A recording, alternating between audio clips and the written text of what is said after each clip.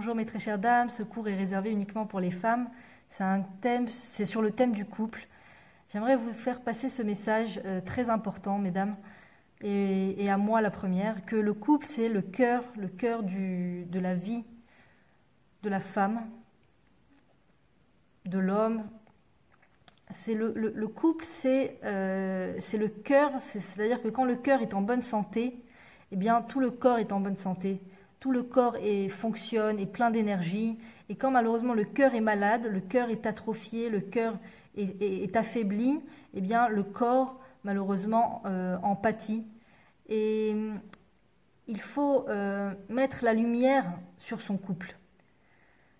C'est pas parce que on est rentré dans une routine où on se tranquillise en se disant que c'est comme ça et qu'il n'y a rien à faire et que de toute façon lui il est occupé et moi je suis occupée et on a 1000 choses à faire et de toute façon quand on essaie de parler ça fonctionne pas et de toute façon je me sens pas écoutée ou je sais comment il va réagir. Donc se conforter dans ce fait de se dire que Dieu préserve, de faire le deuil de son couple en fait, de faire le deuil de la communication entre nous et notre mari. On n'a pas le droit de faire ça. En yehush ba'olam klal. Il n'y a pas de désespoir. Il ne faut pas désespérer. Il ne faut pas désespérer. Il faut parler à Hachem et prier et demander à Hachem que Hachem il nous aide, nous donne les forces, à nous et à notre mari, de nous lier, d'avoir un lien qui est fort, un lien qui est cachère, un lien qui est juste, un lien qui est enrichissant.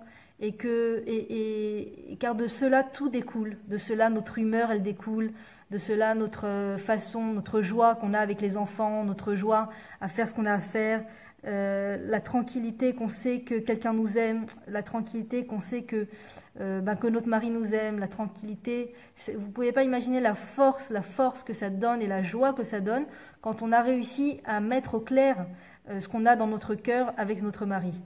Quand on a réussi à ouvrir son cœur et à dire à son mari ce qui nous dérange, ce qui nous embête, ce à quoi on pense, ce qu'on aurait aimé qu'ils nous disent, ce qu'on aurait aimé entendre. C'est très, très important et extrêmement bien pour le couple de mettre tout sur la table en fait, de mettre les choses sur la table et de dire au mari ce qui nous touche, de dire au mari ce qu'on aurait aimé peut-être qu'il nous entende plus, qu'il nous écoute, qu'il soit plus à l'écoute, qu'on aurait aimé qu'on a des choses à lui dire, qu'on aurait aimé qu'il nous écoute. Il faut lui dire toutes ces choses-là avec respect, avec amour. Il faut prier Hachem, que Hachem il nous mette la patience dans le cœur et le kavod, le fait de respecter le respect pour son mari, de s'emplir de respect autant que possible pour pouvoir adresser à son mari ce qu'on a dans le cœur et de ne pas faire un deuil, le deuil de ce qu'on a dans le cœur par rapport au fait d'en parler avec son mari sous prétexte qu'on a du mal à le lui dire ou qu'il nous écoute pas ou qu'on a une autre oreille ou qu'on a quelqu'un avec qui parler, parce que la femme elle a besoin de parler. La femme, elle a besoin de parler. Même la femme qui se dit le plus au monde, non, moi ça va, je me débrouille, j'ai pas besoin de parler avec autrui, j'ai pas besoin de parler avec mon mari, ça me dérange pas de pas parler avec lui. La femme, Hachem, il a fait la femme de sorte qu'elle soit dépendante émotionnellement de son mari. Elle est dépendante émotionnellement de son mari. Et elle peut s'inventer elle peut avoir toutes les amies au monde. Elle peut être quelqu'un de très très occupé avec beaucoup de monde. Elle peut avoir un réseau social extrêmement riche, une interaction sociale virtuelle avec les gens très très importante. Au final, si elle n'a pas un lien qui est solide avec son mari, il n'y a rien du tout. C'est du vent, c'est du vent. Et c'est vrai que c'est plus facile de parler avec des inconnus, c'est vrai que c'est plus facile d'ouvrir son cœur avec des gens qu'on sait qu'ils vont nous écouter, c'est plus facile de parler avec un psychologue, des fois il y a besoin d'un psychologue, mais de s'habituer à parler à une autre personne qu'à son mari, au final c'est dommage, on passe à côté de quelque chose de très important et on tourne autour du pot quelque part. Quelque part on tourne autour du pot parce que... Pourquoi la vie fait qu'on a des choses sur le cœur? Pourquoi la vie fait pourquoi pourquoi Dieu fait en sorte qu'on a des épreuves. Un des buts de ces épreuves, c'est aussi de se mettre en relation avec son mari pour discuter avec lui, pour communiquer avec lui de ce qui nous touche personnellement. Et donc, Facebook, c'est sympa pour parler avec des gens, WhatsApp, tout ce que vous voulez, mais ça n'égale pas la discussion propre et humaine entre soi et son mari, entre la femme et le mari. Il faut beaucoup prier, beaucoup demander à Dieu au nom de tout Israël, parce que vraiment, je pense qu'il y a énormément de couples qui ont besoin d'aide, d'une aide divine, si ce n'est tous les couples sur terre, je pense. On a tous besoin de cette aide, que Hachem puisse nous donner l'aptitude à mettre des mots sur ce qu'on ressent et expliquer à son mari combien on a besoin de lui émotionnellement. Combien on a besoin de lui parler, combien on a besoin qu'il nous écoute, combien on a besoin. C'est pas pour rentrer dans une frustration de ça veut dire que je parle pas suffisamment avec mon mari, ça veut dire que mon mari ne m'écoute pas suffisamment. Pas dans ce sens-là. Dans le sens que si on croit se conforter dans l'idée que je n'ai pas besoin de communiquer avec mon mari, je peux m'en passer, eh bien c'est une erreur. C'est une erreur et malheureusement le couple est en danger. Le couple fonce malheureusement, peut-être doucement, mais sûrement vers le mur. S'il n'y a pas de communication envers l'homme et la femme, on ne peut pas construire le couple, on ne peut pas construire la famille, on ne peut pas construire un lien s'il n'y a pas un échange. C'est comme ça que Dieu a voulu les choses, c'est comme ça que Dieu a créé les choses. Et c'est the challenge, c'est le challenge de la femme, le challenge de la femme. C'est vrai que nous, des fois, avec notre ego, on a envie que les choses soient faciles et que tout roule sur des roulettes, comme sur des roulettes. Et on a envie que quand on parle avec notre mari, on a envie qu'il nous réponde exactement comme on voudrait, qu'il soit exactement à l'écoute, sinon c'est pas la peine. Sinon c'est pas la peine. Je sais qu'il va pas m'écouter comme je veux, je sais qu'il va encore me faire une réflexion, il va encore me dire ça, c'est pas la peine. On aimerait que ça soit facile, mais justement c'est pas facile, pour la bonne raison qu'on doit nous s'habituer et travailler sur le fait de dire à notre conjoint ce que l'on ressent, ce que l'on aimerait, mais tout ça dans le respect, en se souvenant toujours et en ayant toujours en tête de tous les bienfaits que notre mari a fait envers nous depuis le jour de notre mariage, depuis le jour où on l'a connu. Tous les bienfaits que notre mari nous a fait, tous les gestes positifs qu'il a eu envers nous. Bien sûr, je ne parle pas dans un cas où il y a un problème, où le mari aurait un problème. Donc, sauf dans le cas où il y aurait une pathologie problématique de la part du mari. Dans le cas où le mari est en bonne santé, aurait une santé de base, quoi, normale, eh bien, toute femme a le droit d'espérer et de vouloir créer ce lien avec son mari. Et toute femme a entre ses mains la possibilité de développer ce fameux dialogue plein de reconnaissance, de respect, d'amour, d'amitié, de gentillesse, de bienveillance envers le mari, mais sans se restreindre à oser dire ce qu'on a vraiment sur le cœur. Parce qu'on a le droit de dire ce qu'on a sur le cœur et c'est même bien de le faire. C'est bien de le faire, c'est bien de crever l'abcès. C'est bien de crever l'abcès. La rabbinite Levanon, elle nous dit toujours, quand vous allez dormir et que la table est sale, d'accord, vous laissez la table sale, vous allez dîner le soir, et vous allez dormir. Le matin, en vous levant, la table est toujours sale. D'accord, donc s'il y a quelque chose qu'on a sur le cœur et qu'on n'ose pas le dire à son mari, tous les jours de notre vie où on se lève avec ce reproche qu'on aurait envers lui, pas forcément des reproches, mais ce sentiment qu'on voudrait exprimer, eh bien, tous les jours de notre vie, on se lève avec ce sentiment intérieur qu'on tait en fait, qu'on tait. Et on ne doit pas avoir peur de fragiliser le mari. Le mari a les épaules pour nous écouter. Un mari n'est pas fragile ou fragilisé. Il a les épaules pour nous écouter, il ne faut pas avoir peur. Il ne faut pas avoir peur et il faut dire à son mari qu'on aimerait avoir une communication avec lui, sans téléphone, sans quoi que ce soit, sans parasites. Moi j'appelle ça les parasites du couple. Les téléphones, les amis, les voisins, les invités, je sais pas moi, chacun reconnaîtra ses propres parasites au couple. Euh, une fois par semaine au moins, enfin au moins, ça c'est déjà énorme. Si on arrive une fois par semaine, c'est déjà énorme. Mais une fois par semaine, avoir une discussion ensemble, honnête, où on sent qu'on peut parler, on sent qu'on peut communiquer, rien ne va nous déranger en plein milieu. S'il faut sortir marcher ensemble dans un endroit où il n'y a pas beaucoup de monde, où il y a qui soit désert tant qu'à faire, s'il faut prendre une babysitter ou alors dans le coin si les enfants y dorment, on descend en bas de la maison et on parle ensemble dehors dans la rue sans téléphone, encore une fois. Ça vaut le coup de le faire. C'est ce qui s'appelle de l'investissement en or. C'est un investissement en or. Ça peut prendre des années à construire ce lien, ce pont entre nous, mais ça doit être, logiquement, ça devrait avoir lieu dans tous les couples. Ça devrait avoir lieu dans tous les couples en bonne santé, on va dire. Et c'est un cadeau que Hachem nous a offert. C'est un cadeau de pouvoir communiquer. On a une bouche pour parler, on a la chance de pouvoir s'entendre, communiquer, parler. Et donc c'est un grand cadeau que Hachem nous a offert. C'est un grand cadeau que Hachem nous a fait de pouvoir nous marier.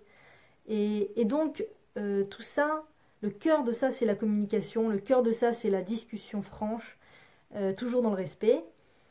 Mais ne jamais, jamais se dire qu'il n'y a plus d'espoir, que ça y est, qu'on a eu tellement été déçus à chaque fois de ne pas pouvoir communiquer ensemble et que ça est mal fini et qu'on a fini en discussion, en dispute ou quoi que ce soit, donc on ne peut plus parler.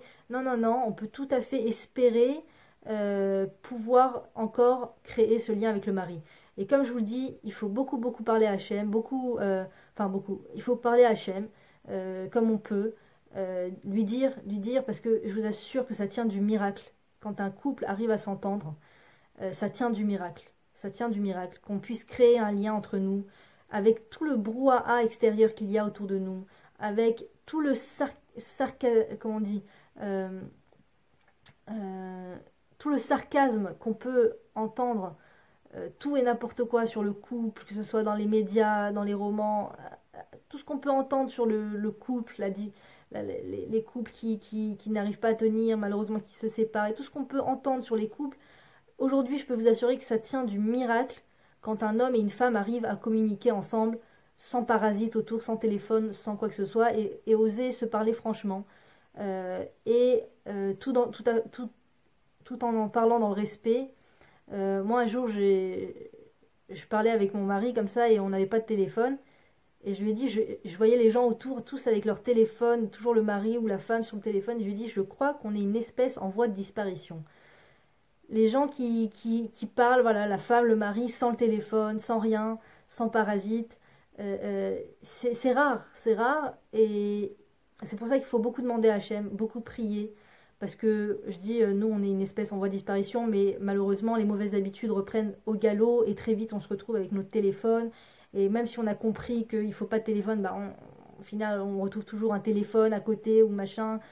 Et, et, et ça, il faut faire attention parce que le couple, ça vaut de l'or. Le couple, ça vaut de l'or. Et que même par amour pour nos enfants, surtout par amour pour nos enfants, il faut justement développer ce lien de couple. Il faut développer ce lien de couple. Parce que les enfants, ils ressentent quand l'ambiance, elle est bonne entre les parents ou pas. Les enfants, ils ressentent quand maman, elle a de la joie dans le cœur pour s'occuper de nous. Les enfants, ils ressentent quand papa et maman, ils sont en dispute ou alors ils ont les cœurs sereins et aimants. Les enfants, ils ressentent tout. Et après, ça va jouer sur leur futur couple, ça va jouer sur leur future vie d'adulte. Donc c'est vraiment un bon, comment on dit, un bon investissement, une bonne HKA, un très bon investissement que de prier pour ça, prier pour que nos liens de couple aillent bien, soient des bons liens de couple, et pour oser aller parler avec le mari, oser lui dire voilà, j'aimerais qu'on discute, j'ai des choses sur le cœur, j'aimerais qu'on parle, mais toujours avec un ton de respect, mais sans effacer ce qu'on a dans le cœur, sans tenter d'étouffer ce qu'on a dans le cœur sous prétexte qu'on ne se sent pas écouté. Oser sortir les choses. Je vous assure que le mari, il écoute. Même s'il n'a pas l'air d'écouter, il est à l'écoute. Osez dire les choses. Osez dire les choses. ce qui nous a fait mal, les doutes qu'on a, les peurs qu'on a, ce qui nous dérange, ce qu'on aimerait qu'il change.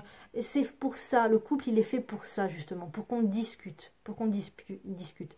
Et il y a tellement une forte tentation des réseaux sociaux qui nous donne ce sentiment que ben, on a été écouté, quelqu'un nous a écouté, on a réussi à faire entendre notre voix. Donc on a beaucoup moins cette volonté intérieure qui crie, qui hurle pour qu'on aille rechercher le lien avec son mari et lui dire ce qu'on ressent. Parce que voilà, je l'ai dit sur Facebook, les gens ils ont déjà réagi, j'ai eu des likes, tout le monde m'a dit machin, tout le monde m'a commenté. Donc on se sent écouté, WhatsApp, on se sent, on a une amie ou quelqu'un, on a parlé, on s'est senti écouté, donc on a plus ce sentiment, ce besoin intérieur très fort d'ouvrir son cœur et de parler. Et en réalité, toute cette volonté de parler, de s'exprimer, de dire ce qu'on a sur le cœur, c'est fait, ça a été fait uniquement dans le but qu'on aille créer un lien avec son mari. Parce que si on n'a pas un sentiment fort intérieur de s'exprimer, de créer un lien, eh ben, on n'irait pas parler avec son mari. Et donc au final, on ne saurait jamais ce que le mari a dans le cœur, ce que lui, il ne saurait jamais ce qu'on a dans le cœur. C'est cette volonté de parler, de dire ce qu'on a, d'avoir quelque chose sur le cœur, birlal, eh ben, elle est juste faite pour qu'on aille créer un lien avec son mari. Donc dans cette génération, c'est un petit peu difficile, je l'avoue. Et c'est pas commun, c'est pas toujours évident, mais c'est la base du couple. C'est normal, c'est naturel, c'est logique d'aller parler avec son mari et de créer ce lien. Dans la Torah, on voit que Abraham et Sarah, ils ont une discussion, ils parlent ensemble. Et en fait, c'est un petit peu les pionniers de la discussion, parce qu'on voit que Adam et Ève n'ont pas réellement discuté ensemble. Ève était occupée à parler avec le serpent en fait, et donc Adam et Ève n'ont pas pu communiquer ensemble. C'est ce qui les a amenés à la faute finalement aussi, une des raisons. Et on voit Noach qui a dû construire sa teva. On le voit pas beaucoup, on l'entend pas beaucoup communiquer avec sa femme non plus. C'est des grandes sadikim. Attention, on parle de gens qui sont d'un niveau extrêmement élevé, mais c'est des gens dont on ne parle pas qu'ils ont à un moment parlé avec leur femme. Et enfin arrivent Abraham et Sarah, et on voit qu'entre Abraham et Sarah, il y a une communication, il y a une discussion. Et c'est ça qui va faire de Abraham, en fait, le père du peuple juif, le père du peuple juif, c'est cette communication, cette discussion. Et ne jamais tomber dans cette fausse, comment dirais-je, dans cette illusion qu'on peut s'en sortir sans communiquer avec notre mari.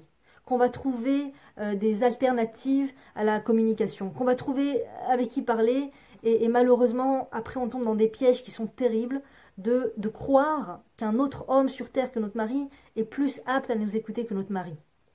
Ou alors on va ressentir que par exemple quelqu'un qui veut nous vendre quelque chose, quelqu'un qui aurait un intérêt à être sympathique avec nous, on va avoir le sentiment, on va tomber dans le piège de croire que cette personne nous veut du bien et qu'on peut ouvrir notre cœur et qu'on peut parler avec la personne. Et au final tout ça c'est pour nous vendre quelque chose, ou je sais pas, il y a toujours des situations comme ça dans le marketing, les gens sont prêts à tout pour vendre des choses. Donc ne pas tomber dans ce piège que ce vendeur il est tellement sympathique et gentil, tellement gentleman et tellement ça, c'est par intérêt en général. Donc la seule oreille qui est faite et qui a été faite par Dieu pour me permettre de m'exprimer, c'est l'oreille de mon mari, c'est l'oreille de votre mari. Donc pas perdre espoir, ne pas perdre espoir. Et je sais qu'il y a des endroits, des milieux où c'est pas du tout à la mode, c'est pas du tout, c'est tellement une évidence de parler avec tout le monde entier, avec toute la terre entière, sauf avec son mari, d'accord? Et même pire encore, de parler de notre mari aux autres. Ouais, il est comme ça, il est pas comme ça, il a fait ça, il m'a dit ça, il m'énerve. C'est tellement courant malheureusement, et c'est pas comme ça que ça devrait être. C'est pas comme ça que ça devrait être. Logiquement, le mari, ça devrait être la personne la plus chère à nos yeux, la personne qu'on tient le plus en estime, parce qu'on ne se rend pas toujours compte, mais notre mari est la source d'énormément de bienfaits dans notre vie. Le simple fait qu'on ne s'endorme pas seul, qu'on ne soit pas seul, le fait d'être solitaire, il y a des gens qui sont solitaires malheureusement qui sont seuls, et les pauvres, personne ne s'inquiète de leur sort, personne ne sait s'ils ont mangé, ils ont bu, qu'est-ce qu'ils ont ressenti aujourd'hui, qu'est-ce que les gens qui sont tellement seuls, et Baruch Hashem, si vous avez la chance d'être marié, d'avoir un mari, eh bien votre mari déjà vous rend ce bienfait que vous n'êtes pas seul. Et plein d'autres choses. Il faut mamash, des fois si on sent qu'on en veut à son mari, il faut d'abord percer l'abcès, c'est sûr, mais avant de percer l'abcès, peut-être qu'un des secours premiers, je pense, qui peut aider le couple, c'est justement de prendre une feuille et un stylo et de commencer à chercher dans sa mémoire tous les bienfaits que notre mari nous a fait et toutes les qualités dont il est doté. Et je peux vous assurer que ça calme énormément. Ça calme énormément et déjà ça permet d'aller voir son mari, d'aller parler avec son mari avec un état d'esprit plus serein, plus empreint de respect, plus conscient de la valeur qu'a notre mari, plus consciente de la chance qu'on a d'avoir un mari. Et ça ne veut pas dire qu'on ne doit pas dire ce qu'on a sur le cœur, ça ne veut pas dire que parce qu'on a réussi à écrire sur une feuille tous les bienfaits et toutes les qualités de notre mari, ça veut dire qu'on n'a pas besoin de parler avec lui. On a besoin de parler avec lui, mais il faut y aller avec un cœur propre, parce que bien évidemment qu'une personne ne veut pas n'est pas heureuse qu'on lui parle avec des mots qui sont comme des flèches dans son cœur. Donc si on est dans un état de colère, c'est certain que le mari n'apprécie pas de nous écouter ou n'apprécie pas comment dirais-je, notre compagnie. Mais si on arrive à faire ce travail d'avoir conscience de tous les bienfaits qu'a fait notre mari dans notre vie, de toutes les qualités qu'il a, encore une fois la chance qu'on a de l'avoir, eh bien je vous assure que après on a des paroles, on peut dire ce qu'on a sur le cœur, mais on a des paroles quand même plus douces, plus respectueuses. Et là, le mari, il est plus apte à écouter et surtout plus apte à changer, à évoluer, à aider. Parce que justement, la femme vient dans un état d'esprit de construction, de construire, de faire évoluer. Si la femme, elle vient dans un état d'esprit de se lâcher, de se servir de son mari comme un punching ball, chas v'shalom, eh bien, c'est de la maltraitance. D'accord, il y a on aime bien mettre l'accent sur les hommes qui maltraitent leurs femmes, et je sais qu'il y en a, et je sais que ça existe, et c'est terrible, et une telle femme doit courir chez le Rav pour lui dire, pour lui demander quoi faire dans ce cas-là, que Dieu préserve. Mais il y a aussi pas mal de femmes, malheureusement, qui maltraitent leur mari verbalement. Et c'est terrible, c'est terrible. C'est terrible, et on n'a pas le droit de faire ça. On n'a pas le droit d'haïr son mari, on n'a pas le droit de lui causer de la peine. Donc il faut être dans un état d'esprit, mamache, vraiment de respect, d'amour, de volonté de construire, de crainte du ciel, mais dire ce qu'on a sur le cœur. Ça fait partie du lien du couple. C'est crever l'abcès. Parce qu'on ne peut pas continuer sa vie quotidienne tous les jours avec son mari et lui faire du bien au jour le jour si on a un abcès à l'intérieur, si on en a lourd sur le cœur, si on a quelque chose qui nous tient à cœur et que nous-mêmes on ne sait même pas comment exprimer parce que soi-même on n'ose même pas savourer ce qui nous dérange ou ce qui nous a dérangé chez son mari.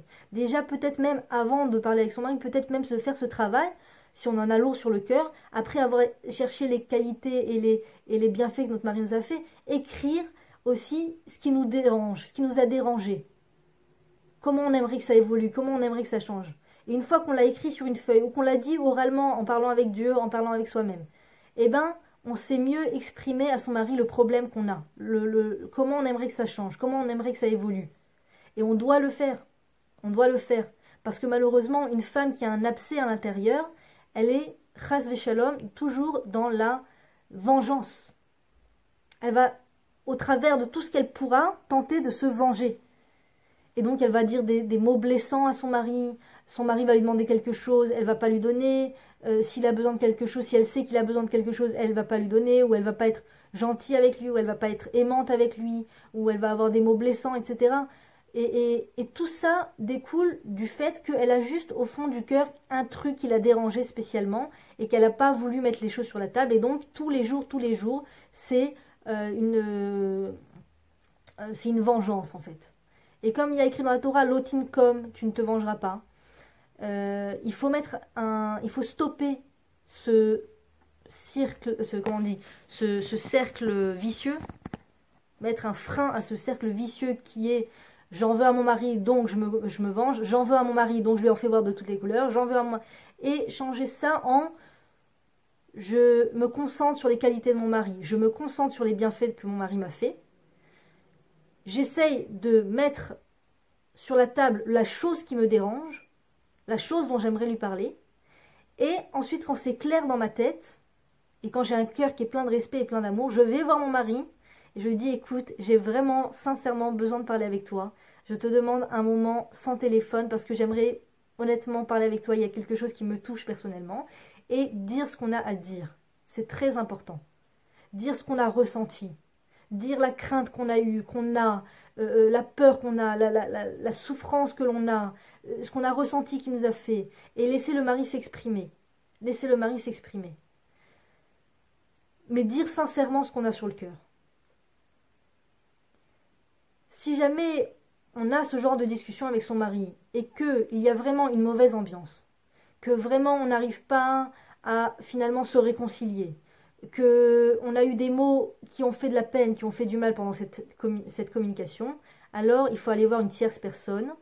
C'est la marche à suivre, d'accord? C'est pas, ça ne veut pas dire qu'on est faible, ça ne veut pas dire qu'on a un couple branlant, ça ne veut pas dire que on est problématique, ça veut dire qu'on prend les choses en main.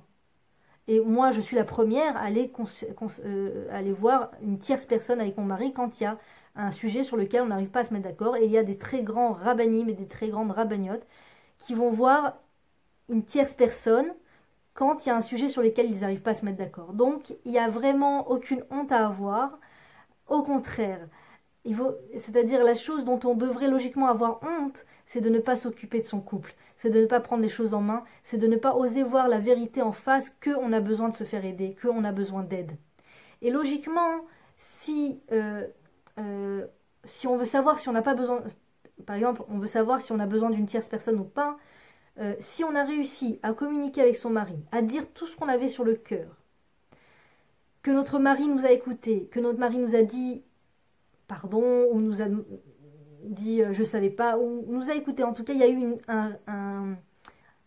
un échange verbal, et qu'on en arrive à la fin de la communication à ou se prendre dans les bras, ou rigoler, ou bien le lendemain, peut-être pas sur le moment même, mais le lendemain, rire un peu de la discussion qu'on a eue, reparler de ça sur un état d'esprit de joie, de légèreté d'esprit, de tranquillité, alors ça veut dire qu'on a réussi à s'en sortir sans la tierce personne.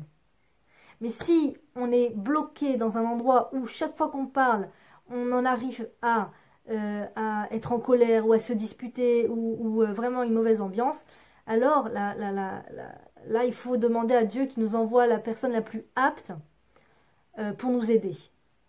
Il y a des personnes extrêmement aptes à aider, des personnes que je vous assure que quand on va les voir avec son mari, eh ben, on se dit mais comment on a fait pour attendre autant de temps? Sincèrement, on se dit comment on a fait pour souffrir autant de temps alors qu'il pouvait y avoir une meilleure ambiance entre nous.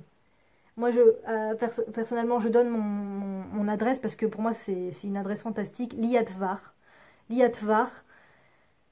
qui est sur Facebook, qui habite à Ely, qui est fantastique, une thérapeute de couple qui sauve des couples, franchement, qui sauve la vie des couples.